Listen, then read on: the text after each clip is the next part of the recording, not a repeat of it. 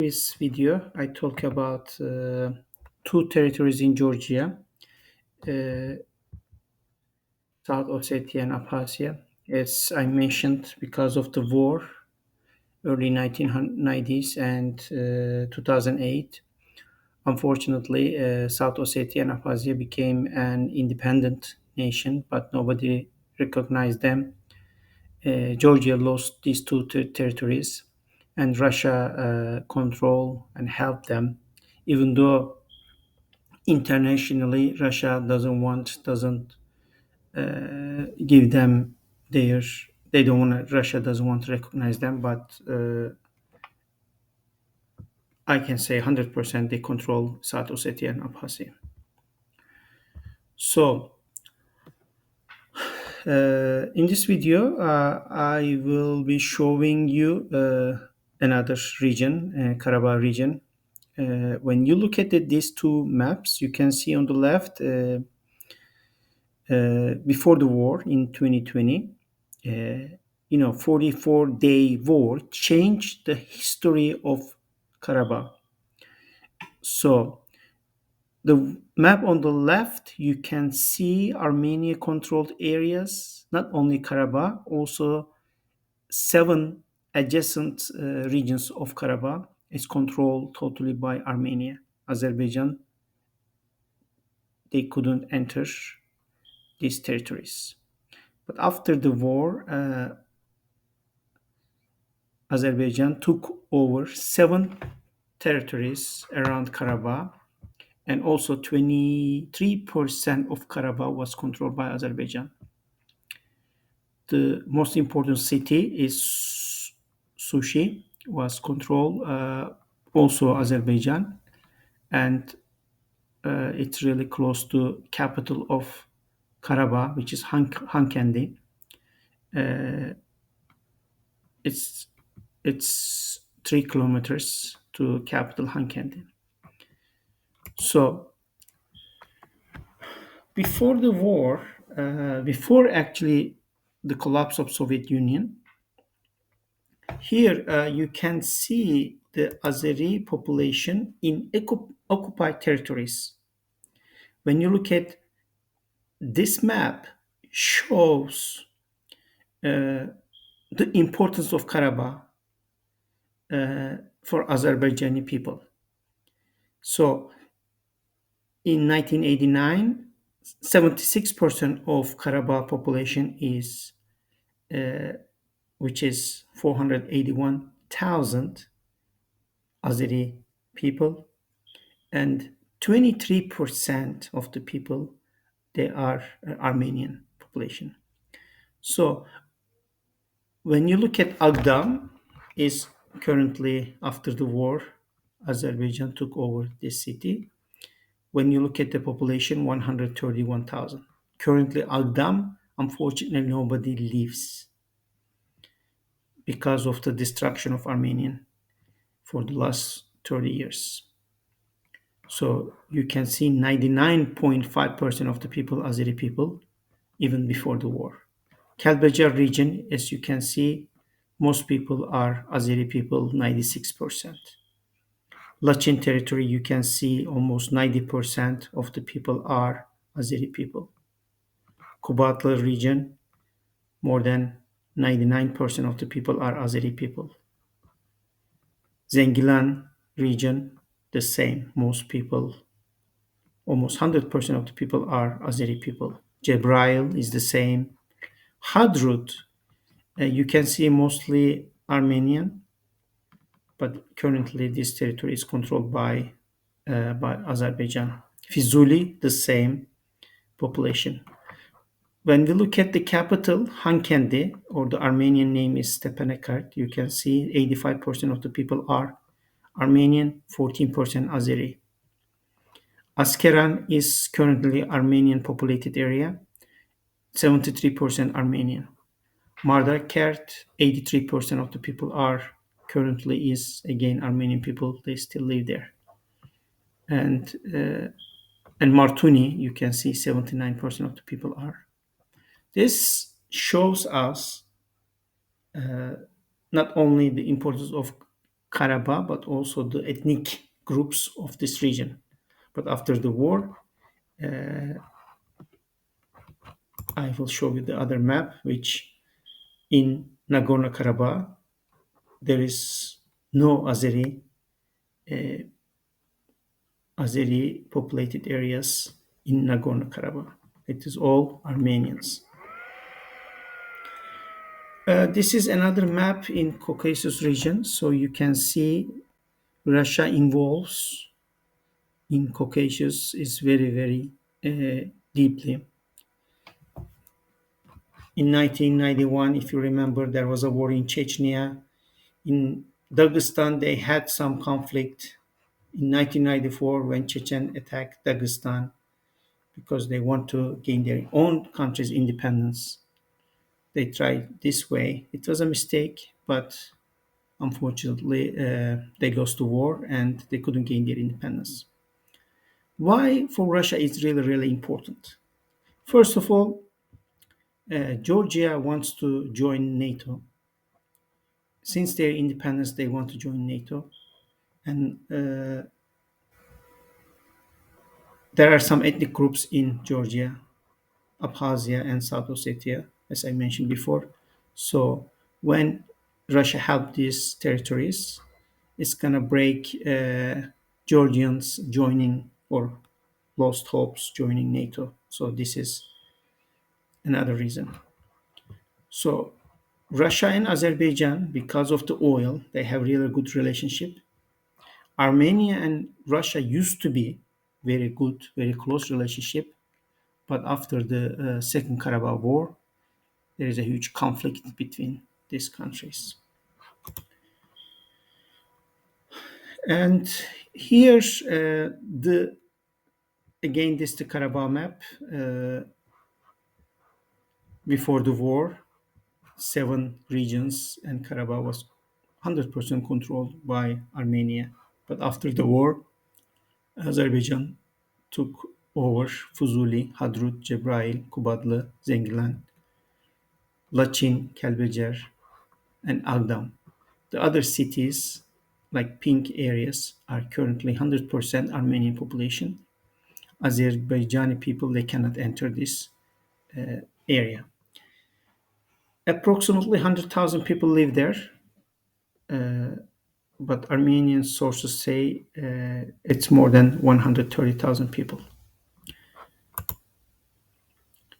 So after the Second Karabakh War, the conflict didn't stop, unfortunately, because when you look at the Azeri military gains territory, there are more than 1 million mines. Armenians, they put every corner of Karabakh.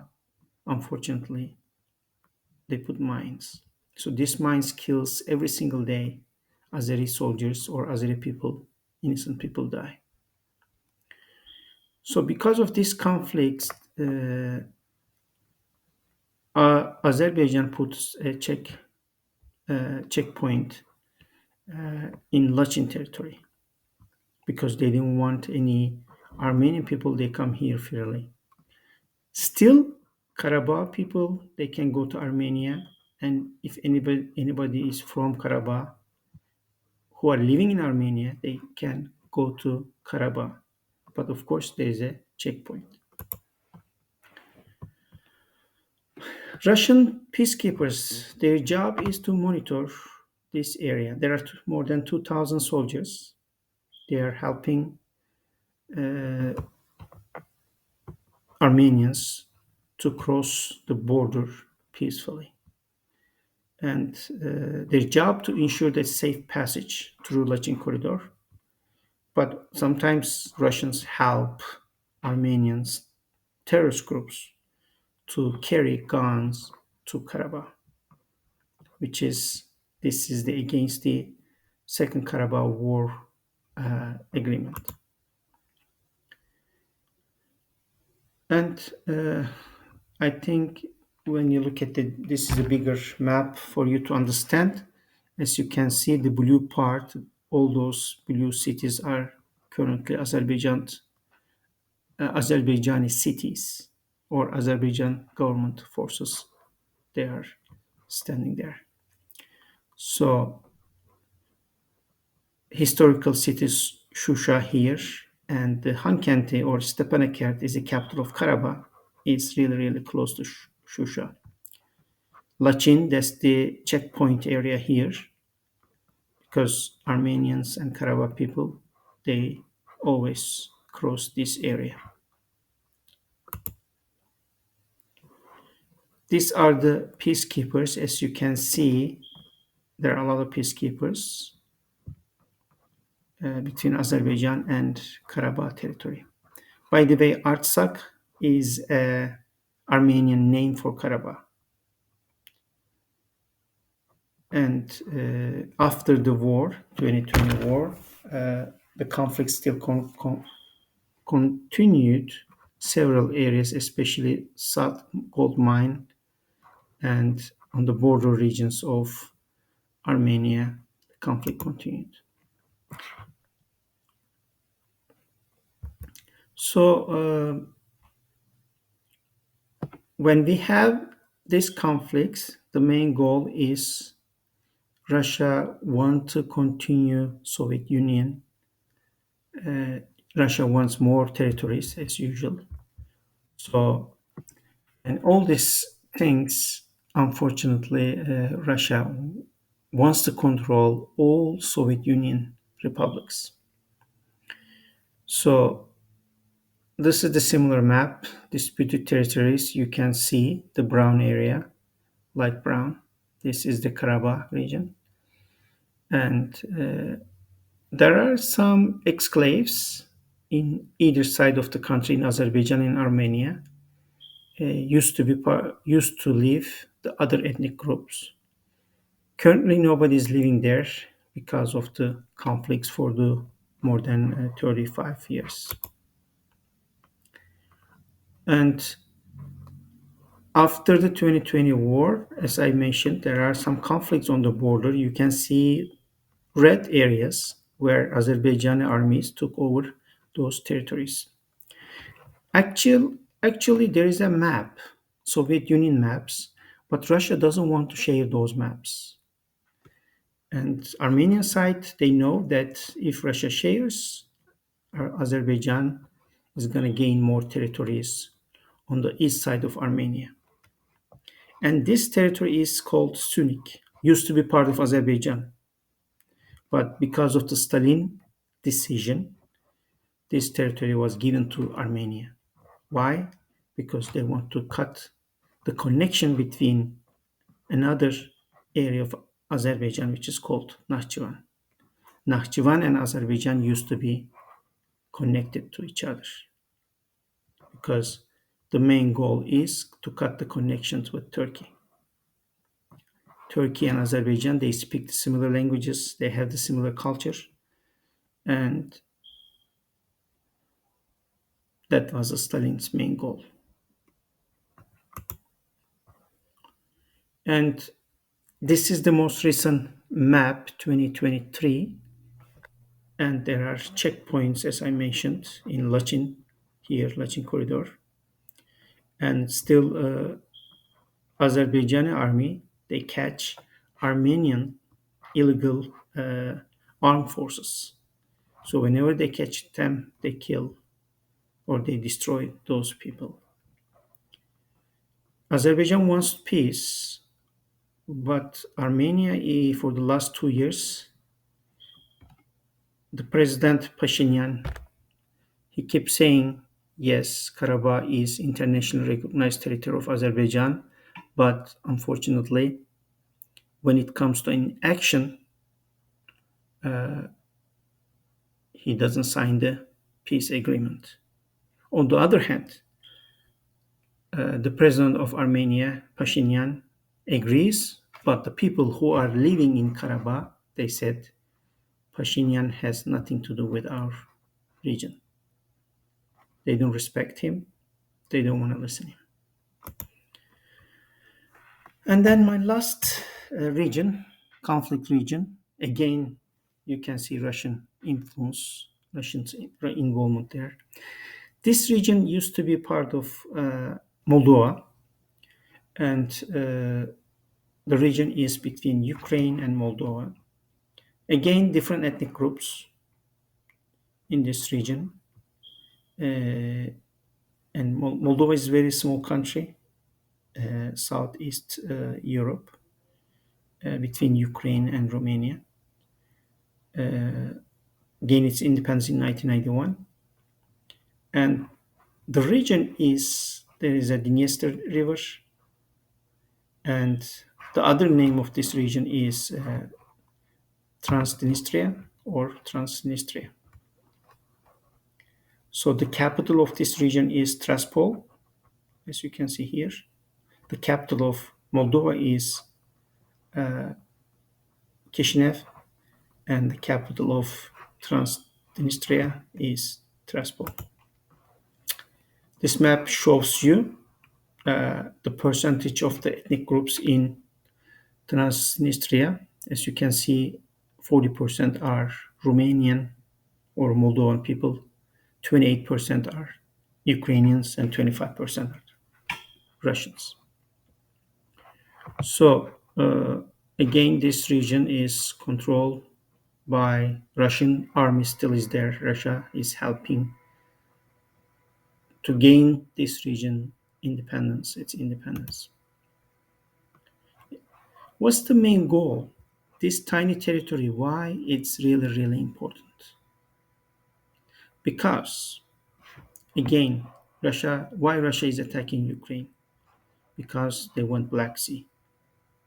What's the most important port in Black Sea? Is Odessa. And their main goal is to control or take over Odessa. During Ukraine war in 2022-2023, Russia attacked several times this port, but unfortunately they couldn't get control of this port, important port. So when we look at the ethnic groups, you can see 65% are in Moldova, 65% are Romanian or Moldovan, 14% Ukrainian, and Russian is 13%. And we also have Gagavuz, which is Turkish speaking tiny region, 4%. And this is again a recent war in Ukraine. The green areas, dark green areas, was controlled before 2022 war. This is Donbas territory, Donetsk and Lugansk. These are the two regions. They gained their independence. Of course, only Russia accept their independence. None of the other countries accept their independence. This is Lugansk territory and Donetsk territory. The people who used to live here, this is a Ukrainian territory, but controlled by Russia currently. They use Russian currency, ruble. They have a Russian passport, Russian citizenship, and even they get paid by some of the people get paid by Russia and Ukraine pensions. So this is the end of my presentation for today, and in the next video I would like to talk about some ethnic problem in Israel, Palestine, in Gaza and West Bank. Have a wonderful day. Thank you.